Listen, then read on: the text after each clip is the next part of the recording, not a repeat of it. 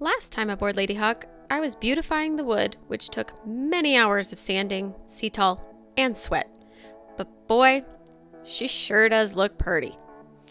Cameron was getting comfy in the engine room, solving problems, as usual. This week, we continue on. Hi, I'm Whitney, and this is my husband Cameron. And we have found ourselves in the middle of a big project. This is the Lady Hawk.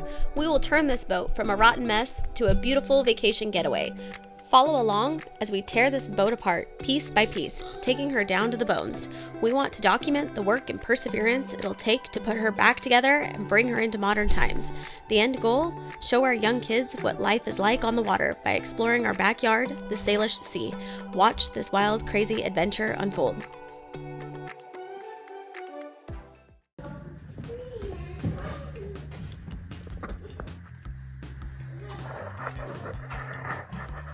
We're putting on handrails, bunch of bright work. Kids are running around the boat.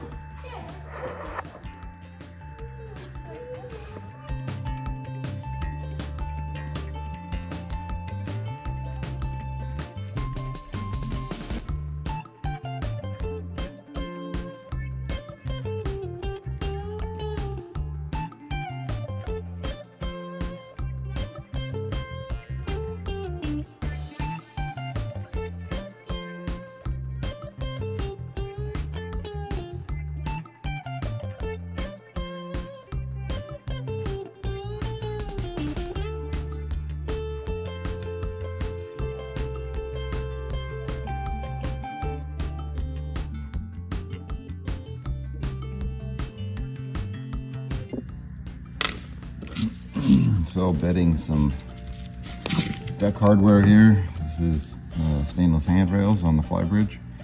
My plan is to wrap the fasteners in butyl tape. These are number 12 flathead screws.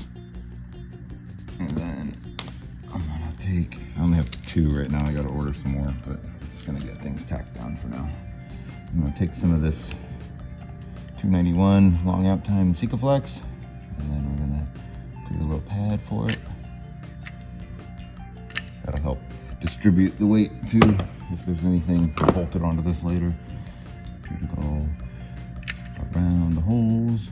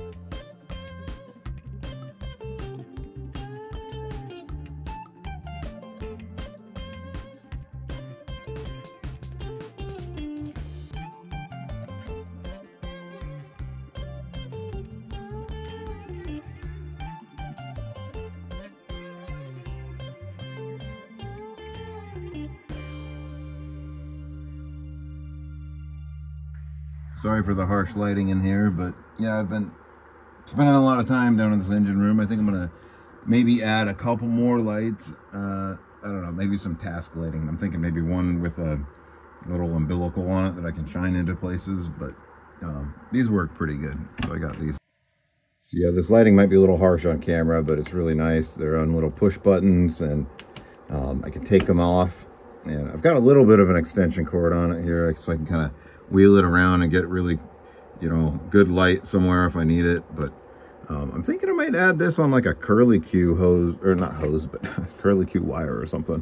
I think that'd be pretty nice to be able to take a couple of those off and use them as task lighting. Maybe a magnet on the back, really. I was gonna apologize for that harsh lighting, but it's too useful. What I was gonna talk about is the other work that we've been doing in the engine compartment here. So part of the I guess preventative maintenance here on the engine and restoration is we're going to go through and do an oil change. And then with that, we've got an oil filter, and then adding this Raycor filter behind me here. That's going to be supplying hopefully nice clean fuel. And so then the other thing is this the primary or the secondary filters. These are going to be mounted, well, they're mounted to the engine, and they're kind of the last line of defense for the injection pump. And so along with the oil change for the engine, we're going to also do the oil change on the injection pump. And I think I might tackle also back down here the transmission, do an oil change on that, though the level looks good and the fluid looks okay. It's been sitting for a while, but I don't know, that might just slip. But so a couple other cool little upgrades we're doing on this engine here is this is a new stop solenoid. So the other one's kind of a box style, and the lid was off of it, and so it got really corroded, and I don't know, kind of felt like it was drawing a lot of amps. I never actually tested it, but it would spark pretty good when you set it off, and it didn't really have much stroke. This one is very strong and doesn't draw too much, so I think it's going to be plenty good for stopping this. All it's got to do is pull this little lever back here to shut off the fuel flow to the injection pump. And then we've got this new neck added. So this is an upgrade recommended by American Diesel Corp to add a recovery tank. And so the previous system was just a little copper line that came out of here and just dumped into the bilge. Not super great. And then among other things, we're working on, this is a new alternator all wired up. Looking pretty good. Upgraded to a 90 amp. And so that's going to go into a DC to DC converter, which will go to the lithium bank. But ultimately it's going to charge, well, the engine start battery, but keep that all topped off. Things are looking pretty buttoned up back here. It's 7 o'clock in the morning. I'm here to do these rails. I had to turn the lights on because it's so early. The sun isn't hitting the tent yet, which means it's nice and cool in here. I'm in a sweatshirt. It's great. I'm gonna get started. Wipe it down, get the seat towel on. Easy, right?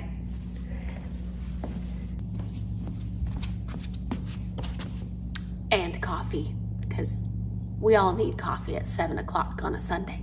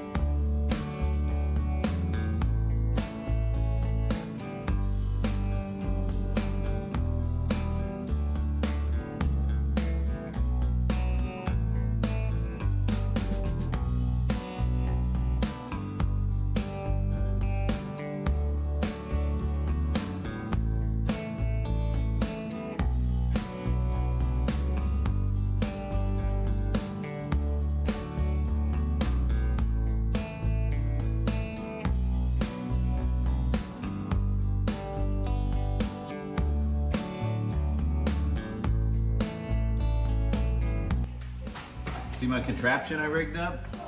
Got a couple different, well, I got copper to heater hose to PEX to some Harbor Freight transfer pump, random line, and then yeah, siphoning out the diesel. This is able to go all the way down to the very bottom, so hopefully it's going to suck out all the moisture and well, water that's at the bottom, algae and all that. But I'm not sure if it's the right color or not, but cleaning them out. There's 130 gallons left in the tank. 2 full drums, almost to the top anyways, and that much more in a third. Approximately 20-year-old fuel. They say lifespan is 6 to 12 months if you don't treat it with biocide, and about 2 years if you do. So I don't think anybody treated anything with nothing. So I think we're gonna burn it in a bunch of diesel heaters, and that's that. So I cut an access hole in the diesel tank. Ready?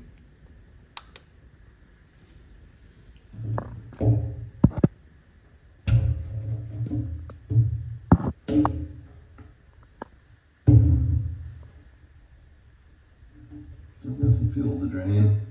I don't know, how clean is it supposed to look?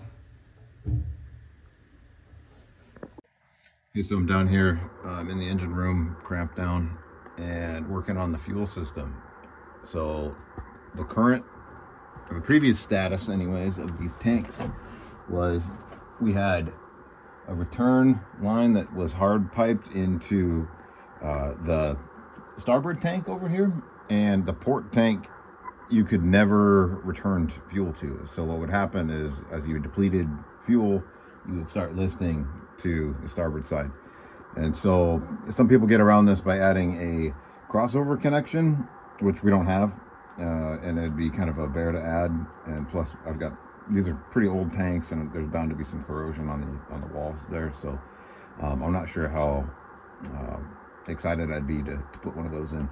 The other option is to add a return line. So that's exactly what I did. I ended up adding these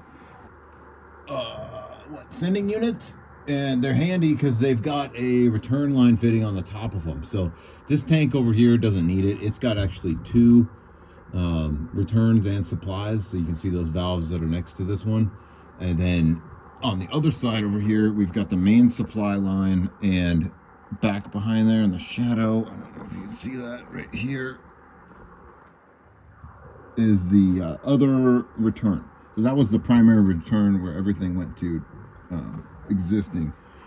And so now on the port and starboard side, I've got sending units and return fittings, which is nice. So what I've been working on here is this filter system back here.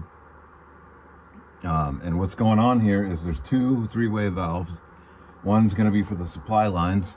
You see that here, and this one's not routed yet. I'm still working on that, but this will be for the return lines. So the return from the engine will come to here, and you can pick which tank you want it to go to. And then the supply is going to come down and hit some valves here where you'll be able to divert past the filter or continue through the filter, and then you'll be able to isolate the filter also.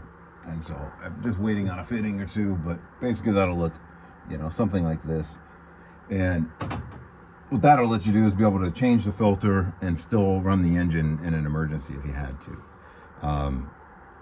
And so yeah, I'm using some nice 3/8 flexible fuel hose and routing it up. I think it's turning out pretty good so far. So we'll see. We'll see if I keep going and can get it finished here.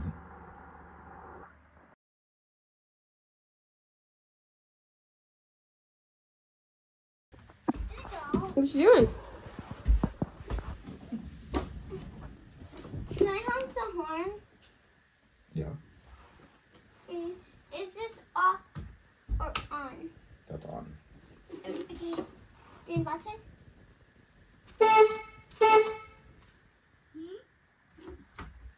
Who wake me up? That was me.